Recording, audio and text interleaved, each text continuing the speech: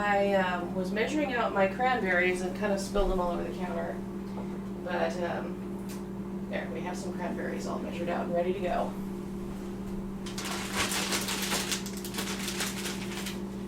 And you see I have this huge bag of cranberries.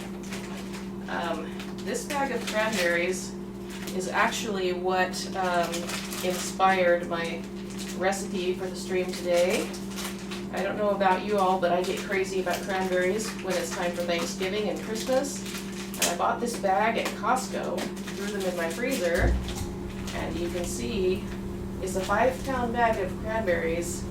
I did not need to buy 5 pounds of cranberries. So now I'm trying to figure out what to do with cranberries because I'd like to get them out of my freezer. So today's recipe will have cranberries. All right, I'm feeling a little scattered. It's been a little while since I did a live stream. We were gone in Kentucky visiting kiddos and my latest grandbaby. He's so cute, and I have pictures for you. Let me show you the pictures. Oh, here it is, right here. Isn't he adorable? Oh my goodness.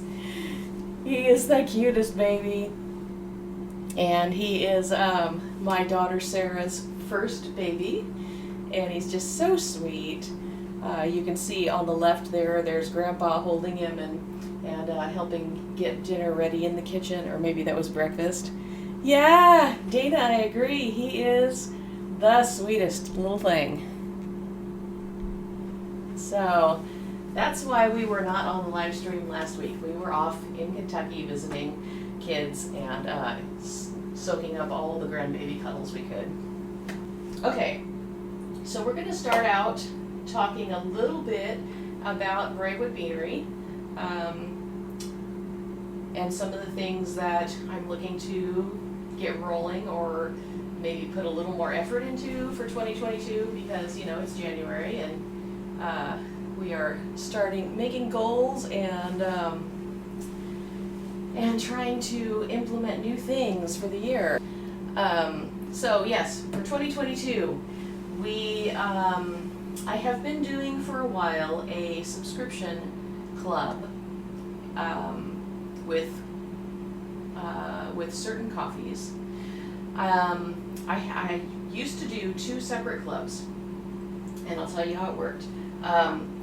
Through my Etsy shop, I am not able to charge someone, just auto bill someone month to month for a monthly subscription. So that was not a thing. But what I did is I offered a 3-month subscription, so you could, for specific coffees that are available just almost always year round, those ones that they're easily acquired, readily available, that's what I'm trying to say.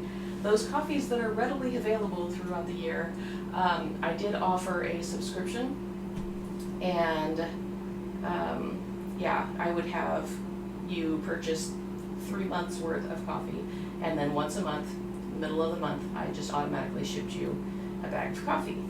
I also had a Roaster's Choice Club, which was a little bit more pricey, and that was whatever the newest crop is that's available, kind of a surprise subscription club, and you always got the freshest, newest crop every month, and that was also a 3-month subscription.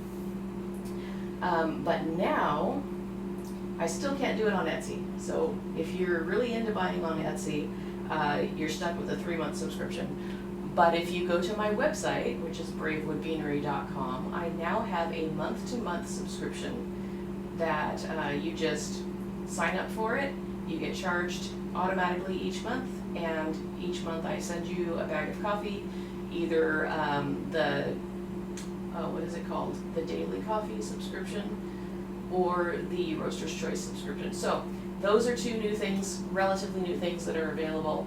And I'm pretty excited about that. I think that's going to be a really nice option. I do have some customers who always they're asking me, is my 3-month subscription up yet? You know, do I have another month? Is this the last month?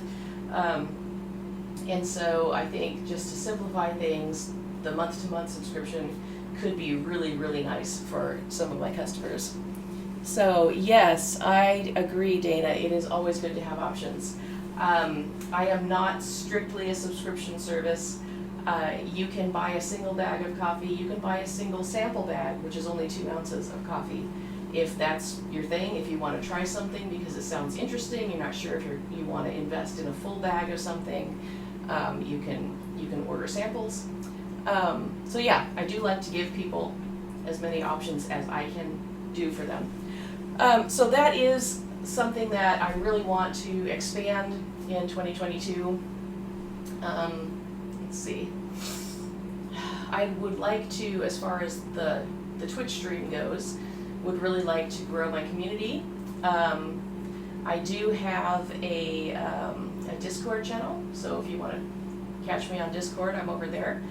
And I think it'd be really fun if I could get enough followers to enable the what's it called, the little channel points, and be able to get some subscribers. So that would be awesome. That's a goal for 2022. I'm looking forward to that. I am looking forward to learning my way around Twitch a little bit more. I might add an occasional middle of the week just chatting kind of a video, just to keep you in the loop what's going on with Bravewood Beanery and answer coffee questions. So yeah, that's where we're at right now. We've been making progress, very slow, but we have been making progress in the new roastery that we're building. We are just about ready to pull some wiring, so that's where we're at. And I'm really hoping that I can get my coffee beans moved out into the new roastery as soon as possible. That will be awesome. Right now I'm still operating out of my kitchen, and it works, but yeah. Oh, Dana, you're saying I have so many kids, I need to get them all to follow. Yeah, you know that saying, a prophet is not without honor except in his own country? My kids don't follow me. Joy does. Huh? You follow me on Twitch? Yes. Yes, Joy is my moderator when she is here. Yes. Yes. Came for the weekly dose of joy. Yeah, she just came in to give you your weekly dose of joy. I am here, I'm muddy, dirty. Yep. Eric is off work today, so he's taking the day to get all kinds of things done around the ranch. They're out building fences and We were things. stretching it and we did it wrong. We messed up, so we have to restretch it. Oh no. How did you mess up stretching a fence? The boards were in the wrong place or something. Oh, rats. I'm sorry. Yep, fine. So did you just come in for potty break and a drink of water, or just to say hello? And water, yeah. Okay. And to get a drink of water. And All it right. not be cold for a minute. Yeah, it is kind of chilly out there, huh?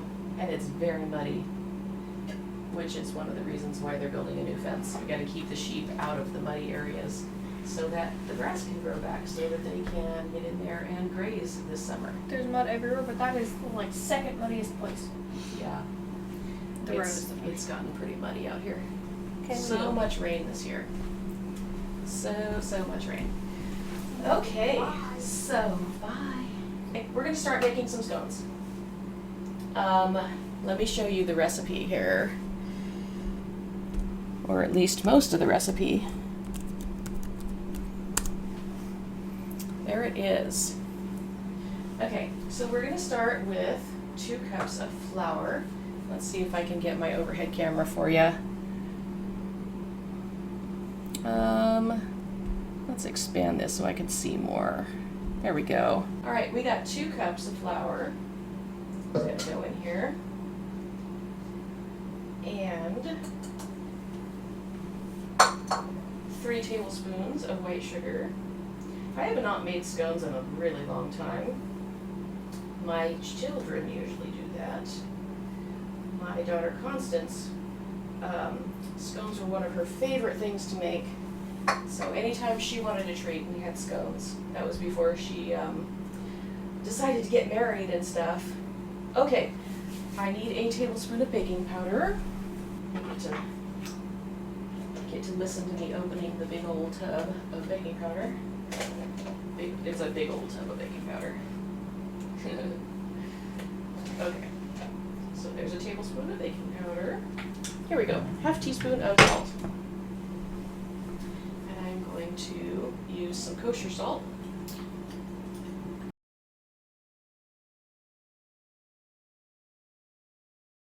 Okay, so next we need a half teaspoon of ground ginger. So I buy these huge things of spices because I just can't stand paying the same amount that I would pay for a huge thing of spice and getting this teeny tiny little itty bitty jar, you know what I mean? It's just the cheapskate in me that will not let me buy tiny bottles of spices. Okay, my oven is heated up. I did remember to heat up my oven before we started, so I feel like that's a step in the right direction. Alright, I need 5 tablespoons of cold butter. Oh, Robbie's updating your computer. That's exciting. You know, I gotta update my husband's computer too. His computer's just dying, and he was looking at new computers online this morning, and it just got him so stressed out that he was getting aggravated with everything, you know. He hates buying computers, and he was like, I don't even know what to look for in a computer. So I tried to talk him through some of the options to just decide, you know, what it is that he wants to use the computer for, because that really determines what you need, you know, what processor you need, and how much RAM and how big a hard drive and all that. He is a pastor, and so he uses his laptop mostly for word processing, writing sermons, you know, researching stuff. So he uses the internet. Occasionally he will listen to music with his laptop, or maybe watch a movie. But usually if we're going to watch a movie online, we use my computer. Okay, so this is supposed to be cut into 1/4-inch pieces. I don't know if I'll get 1/4-inch pieces, but we'll cut it into little pieces. So we are also Windows users, not Mac users. So if y'all have any suggestions for him, would love to pass them along as far as computer upgrades.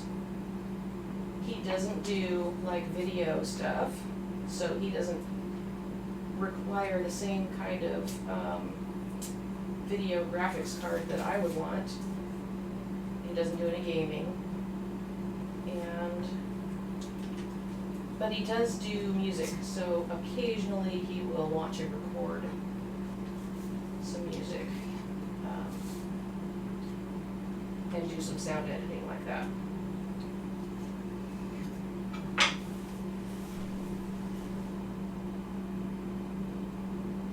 Dana, you're a Mac person. Yeah, I had a Macintosh once. It was a long time ago, and I bought it used. It was a really, really long time ago, from somebody who she said she was just upgrading her computer. There was nothing wrong with this one, but then when I got it home and tried to use it, it really didn't work well. So I did not have a good experience with the Mac. And I just went back to Windows and have been happy with that ever since. Okay, so I'm gonna whisk my dry ingredients together here.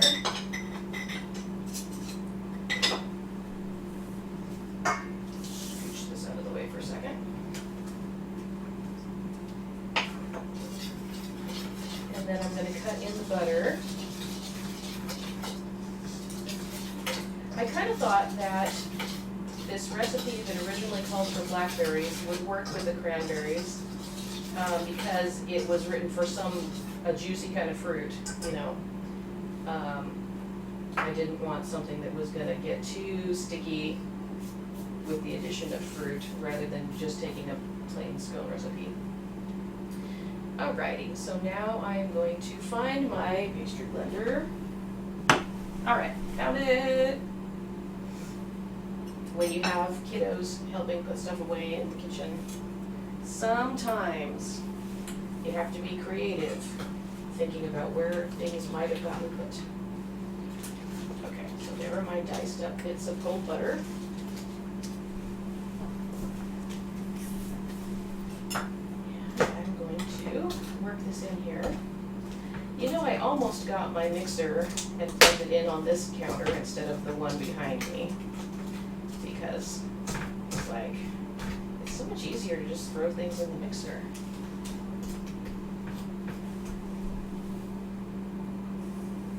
It's been a learning process. Yeah.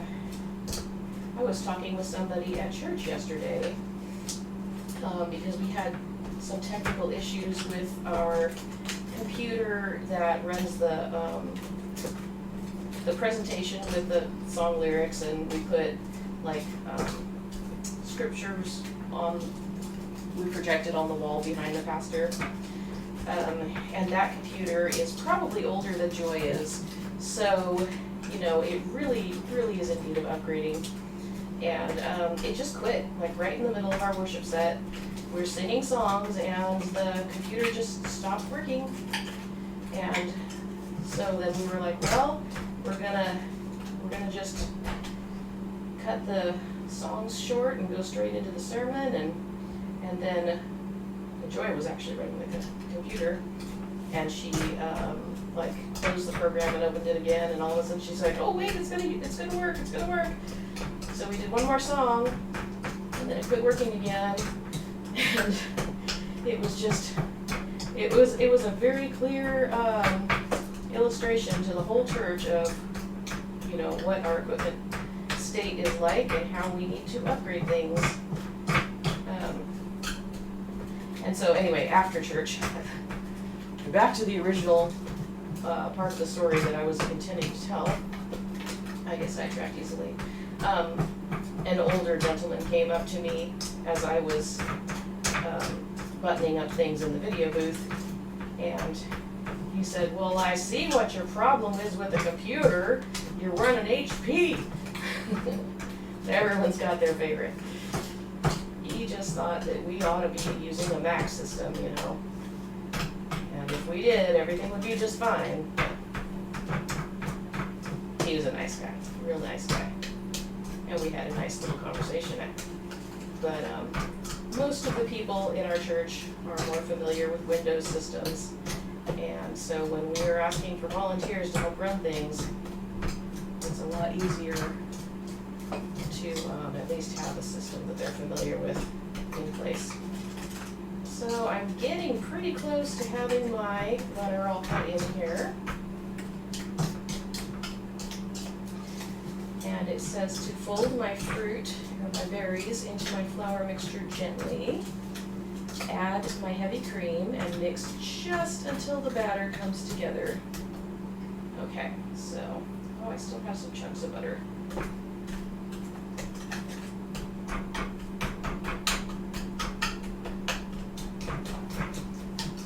Maybe next time I'm having to cut butter in, I'll actually move my mixer over here.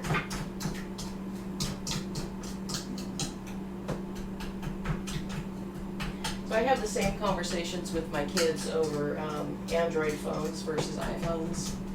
They all like iPhones, and I am a pretty dedicated Android phone user. Hope that doesn't cause anyone to unfollow me, but where I am, I like my Android phones an awful lot. Alright. We're just going to call it good right here. And I'm going to put in my cranberries. They're still fairly frozen. Hopefully they will thaw and we will be able to get these baked without any trouble. baking frozen berries sometimes affects your baking time. Oh, look at how nicely those are getting coated with flour and stuff. Alright, so I need a cup of heavy cream, and I'm just going to reuse this measuring cup that I have the cranberries in.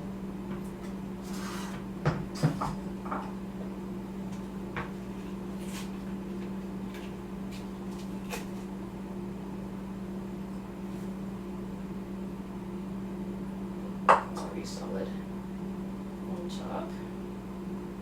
Hopefully this won't come chugging out at me. Ooh, I almost overfilled that.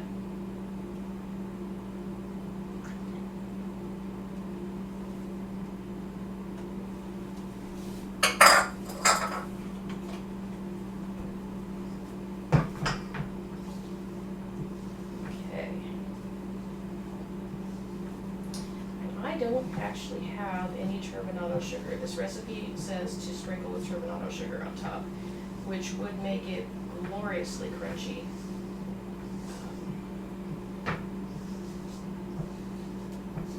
Alright, don't you just love a good cream scone? Oh my goodness, these are going to be good. I think this actually might need a little bit more, just a drizzle more cream.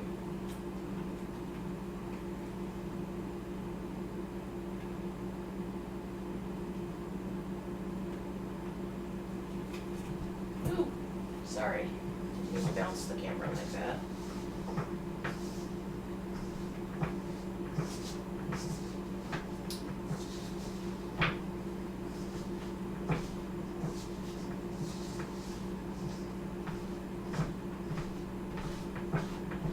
Okay, so is anybody else trying to figure out what to do with cranberries? Or did I just miss the boat because, you know, I'm behind?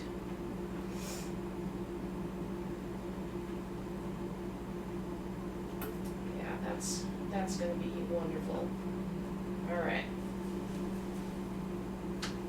Let me gather this up and smush it a little, and we will make scones. I don't want to turn my dough pink here. I'm just going to turn this out onto my cutting board.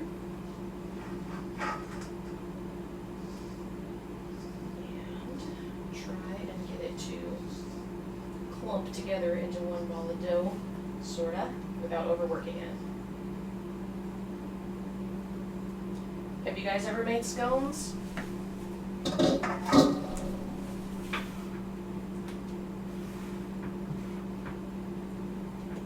I'm gonna get it everywhere. Just gather it together and work it a little. I like to make my scones instead of as individual, like biscuits, but as one round, and then I cut through it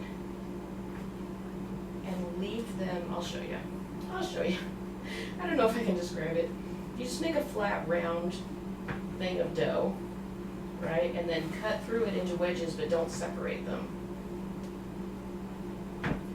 And then it bakes and rises and kind of pushes together, but you can pull it apart. I think this is going to be really good. I am starting to squish my berries a little. I don't want to make my dough all pink. So I'm going to just make this into my round and flatten it out. Hopefully, it's feeling a little bit dry, but hopefully it will hold together.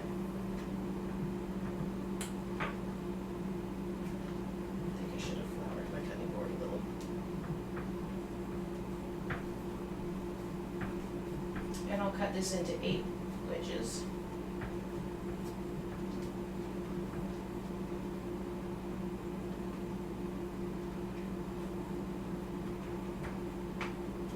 And I think I might put, whoops, that stuck. I might put a silpat mat under this, just to make sure that it doesn't stick to the pan, because it's sticky here.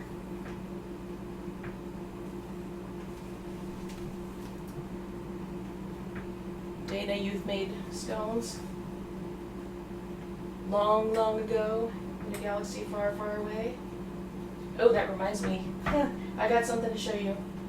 After I am done getting this on the pan, I will take my apron off and show you the t-shirt that my daughter Constance bought me for Christmas. I love it. I'm just enough of a nerd to really, really appreciate it, and she knows me pretty well. Alright, rinsing off the hands a little bit so that I can rummage through my cupboard and get my Silpat mat out. Here it is. Silpat mats can be dangerous when you're trying to get things out of cupboards, because they grab onto things. And sometimes those things are glass things that end up on the floor, and they may break in the middle of your live stream. Ask me how I know about that. Okay. So, let me get this dirty cutting board out of the way. And I'm going to take, well, I thought I was going to use my bench knife, but now I can't find that. Okay, well, we are going to be very gentle over our Silpat mat, and we're going to use a not very sharp knife, and I'm just going to cut through this and cut it into eighths. Sort of. It'll be close enough. There will be 8 pieces. They may or may not be equal.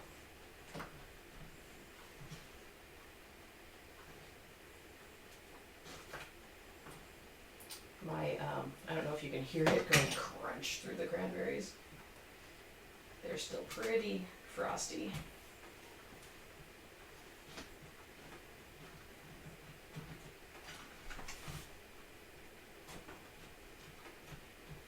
There. Okay, now I'm going to put it in the oven just like that.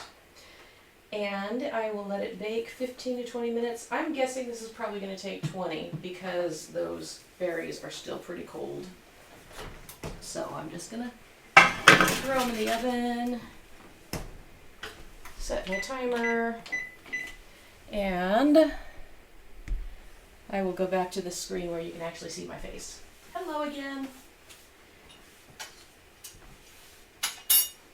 Get some stuff out of the way. My whisk off the counter. All right. I am hoping that Eric will come in and make some Mocha Pot Coffee for us. Because he is really the Mocha Pot guy in our house. I don't even know how much coffee he uses to make a Mocha Pot. I would just have to eyeball it and guess. So here is my Christmas present shirt from Constance. Can you see what it says? It says Energize. And it's got a little Star Trek emblem on the coffee cup here. I love it so much. I'm a Trekkie.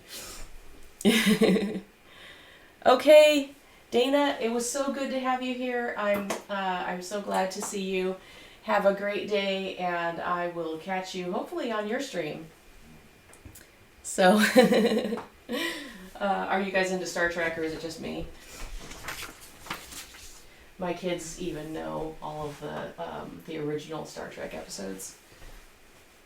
They know that if they want to watch something and they don't really care what it is, they can suggest Star Trek, and I usually will say yes. Anyway, I'm going to start heating up the tea kettle for the Mocha Pot so that if my husband comes in to make coffee for us, the tea kettle will already be ready. And while we're waiting for the tea kettle to heat up, I thought we might talk about coffee bean storage. A lot of people ask me what is the best way to keep this expensive specialty coffee. Because, it's not cheap. And so a lot of people want to save it like for a special occasion. And that's not really ideal, because the older your coffee gets, the staler it gets, and the more flavor you're gonna lose. However, there are some ways that you can help your flavors last a little bit longer, keep your coffee from getting stale. If you just want to keep it and use it daily, the way I do, you don't have to do a whole lot.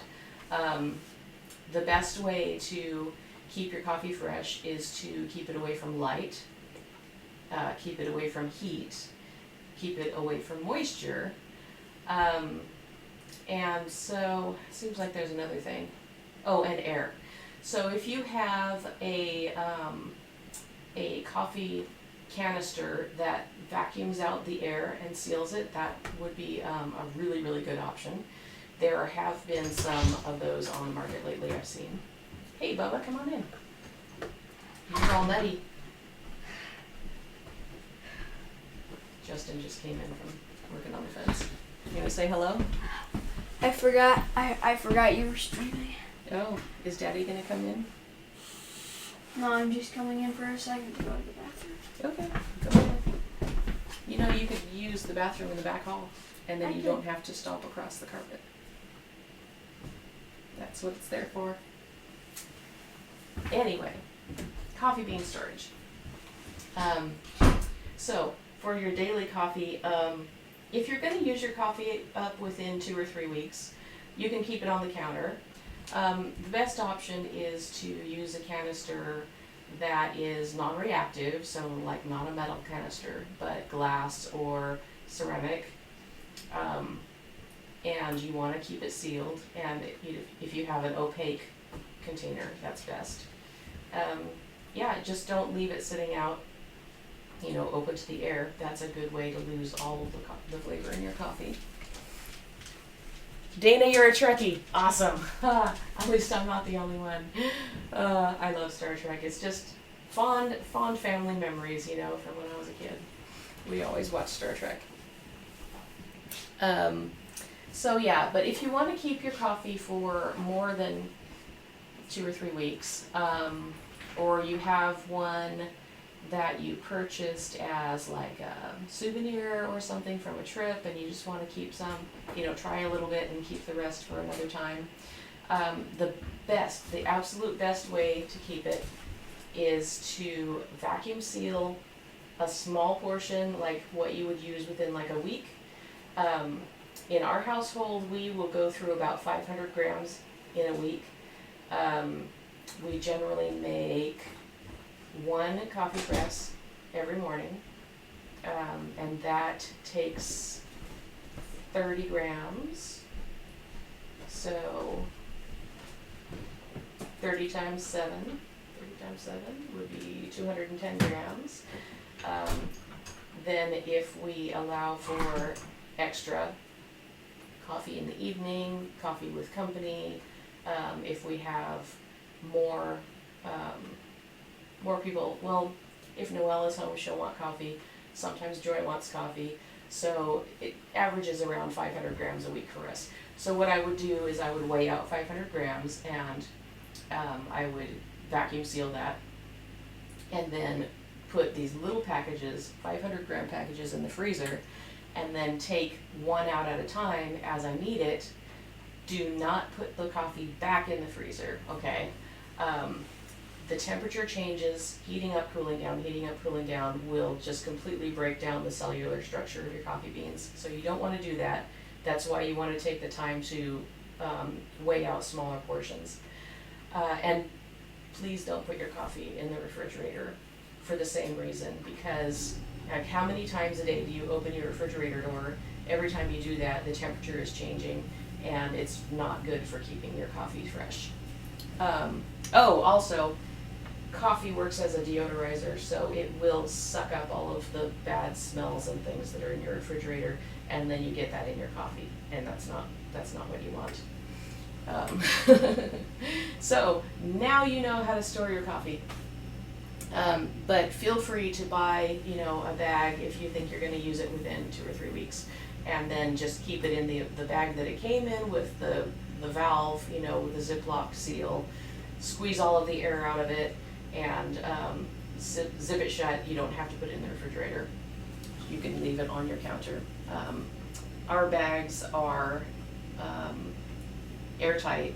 They have the one-way valve that allows gas to escape but doesn't allow air to come in, and they will not allow any light to get into your coffee beans to degrade them. So that is your coffee lesson for today. So we're going to be talking about Mocha Pot Coffee. This is the Mocha Pot. It comes in 3 parts, and I'll explain how this works to you. The bottom chamber is where you put your water. It has an emergency valve here that will let pressure out if it builds up too high, so that you don't have any terrible accidents. So you put hot water in this just almost to this valve, and this is the basket that holds your coffee. You want your coffee not as fine as espresso, kind of like coarse sand for consistency. You set this on here, and the top part did not get cleaned very well. Hold on a second. Let's see if I can get this. There's a little rubber seal in here that comes out if you have something sharp and pointy to pull it out with. Just use the tip of a steak knife here to grab it. Anyway, I'm going to take a minute and rinse this out because whoever washed it last didn't. So there is a filter here that has all these teeny tiny little holes in it, and this one needs to be rinsed out. Let me switch camera angles. Switch cameras. Okay, so this is the filter, and it has, I don't know if you can see, but teeny tiny little holes in it. And then there's this rubber seal that goes around it like this, so that it sits just above where your coffee is. Sorry, this way.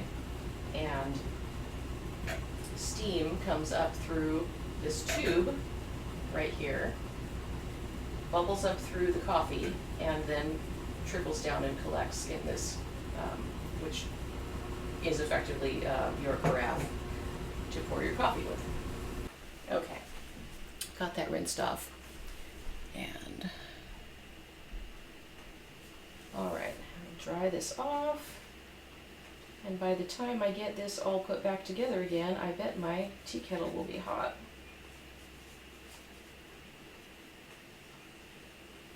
So I guess I kind of lied. I said it came in 3 pieces. It actually has 5 pieces. But the Mocha Pot is cool. It doesn't actually make an espresso. It does force steam through the coffee grounds. But it doesn't have the same kind of pressure that an espresso machine does. So it's not technically espresso. However, it makes an espresso strength coffee. So this is a really great way to make, you know, a latte or a cappuccino or something very espresso-like. Okay, my tea kettle is sounding hot. You can also, I just recently discovered, you can also balance the coffee basket on the top here while you're dosing it. Because it's kind of hard, since this thing sticks out here, to figure out what to do to dose your coffee. But you can do that, or you can find a little, like a jelly jar or something. That's, I think, what my husband usually does. Sticks it in a jelly jar to hold it. But I'm going to try it like this.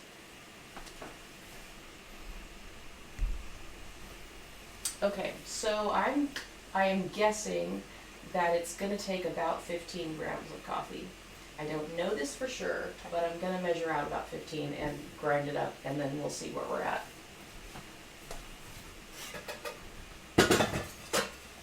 And I am grinding the Sumatra Mutu Batak, which unfortunately is not on my website right now because I have very, very small supply left. I think I have maybe 1 more pound of this and it's going to be gone. I am curious to see if my dosing funnel will fit on this.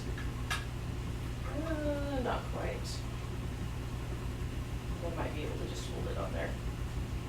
We'll see if we still have 15 grams.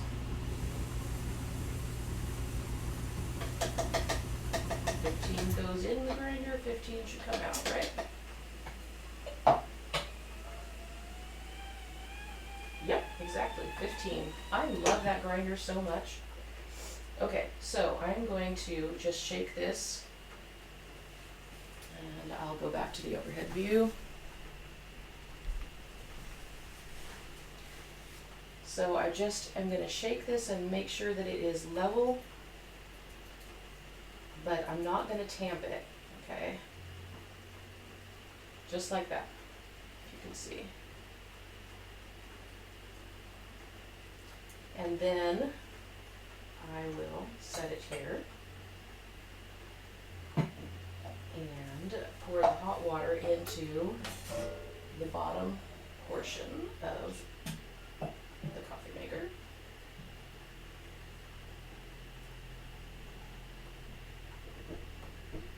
One of these days I'm going to get a gooseneck kettle. That's next on my my list of coffee toys to get. Okay, so we just set that on there. Screw the top on. And you have to be careful because at this point the bottom, the base is really, really hot. So I'm just going to grab a towel.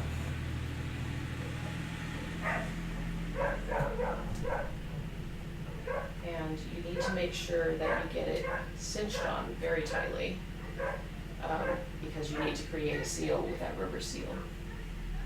Alright, so now I'm going to set that on my burner and turn it on.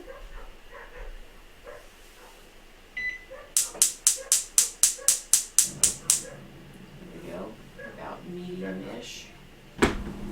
Let's see if they're done. Oh my goodness. Oh, those look so good. Look at that. Wow. Are they done? They're feeling a little bit soft still. I think they need a couple more minutes. But oh, they look so good.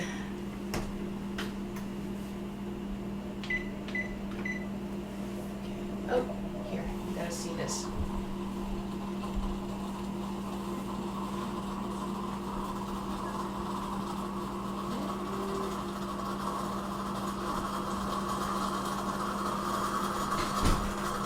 So exciting, making coffee.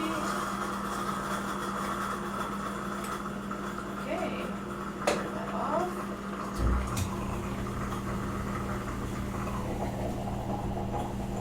Give it a minute to settle down, and then I think I'm going to run the base under some cold water just to cool it and make it safer to take it apart and stuff.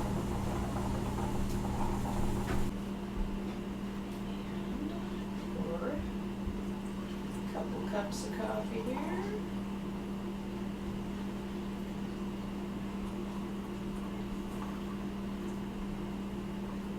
Try and pour it evenly.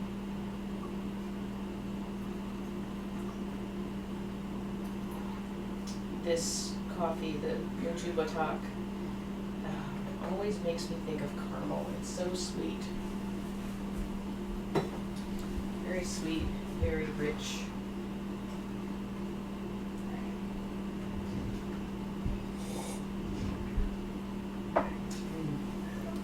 That is good. I could just about drink that all by itself, but I think I'm going to steam some milk to go with it. There we go. So we are all done with making scones. They're still in the oven. we're almost done. I made cranberry ginger scones. Okay. We talked about the proper way to store your coffee beans. Okay. And I made some mocha pot coffee. And I think I did an okay job with it. What do you It's think? pretty good.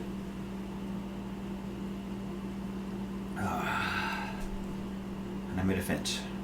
Fences are good. Yeah. Oh, that's really good. I think I did all right. Which coffee?